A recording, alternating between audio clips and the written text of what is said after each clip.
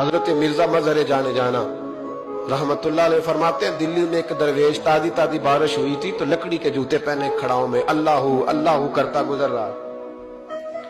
ایک طوائف اور اس کا تماش بین یار سیڑھیوں سے نیچے اتر کے چھت سے نیچے اتر کے سیڑھیوں میں بیٹھے تو بابا لکڑی کے جوتے پہنے چیکڑ تھا موج میں جا رہا.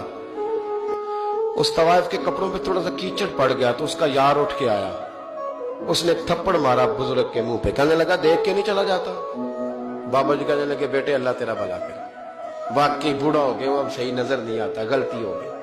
تھوڑا سا آگے گئے تو ٹھنڈ کا موسم تھا, ایک حلوائی دودھ گرم کر رہا تھا.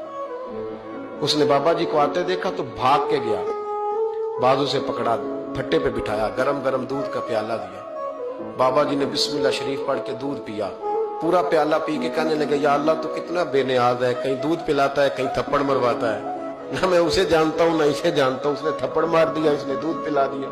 بابا جی وہیں بیٹھے تھے تو پیچھے سے لوگ دوڑے آ گئے. نے آ کے کہا بابا اللہ کے ولی بد دعا تو نہیں دیتے. تو میں کیا ہوا؟ کہ وہ جس نے آپ کو تھپڑ مارا تھا نا وہ چھت پہ چڑھا ہے, اس کا پیر پھسلا ہے, گردن کے بل گرا, من کا ٹوٹ گیا تو مر گیا. بابا جی کہنے لگے اللہ کی قسم میں نے کوئی بد دعا نہیں دی. کہا نہیں آپ نے دی ہے. فرمایا نہیں دی. اس نے کہا دی ہے. تو بابا جی کہنے لگے پھر اصل بات سنا دو.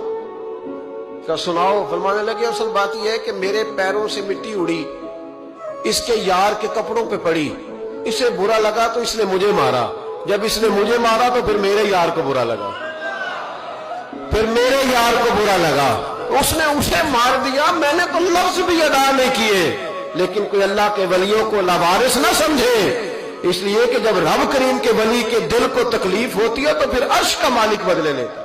پھر اللہ کہتا ہے میرا اعلان جنگ ہے, پھر تو تیاری کر, پھر میں تجھے بتاؤں گا کہ ساری دولتیں سارا کچھ تیرے گھر میں, پر رات کی نیند نہیں تیرے پاس. پھر ہر سہولت ہوگی پر روح کا سکون. تھوڑا سوچ کے بولیں, تھوڑا احتیاط سے بولیں, تھوڑا تول کے بولیں, کہیں ایسا نہ ہو کہ ایک فکرہ کسی اللہ کے بندے کی بے ادبی کا سبب بنے.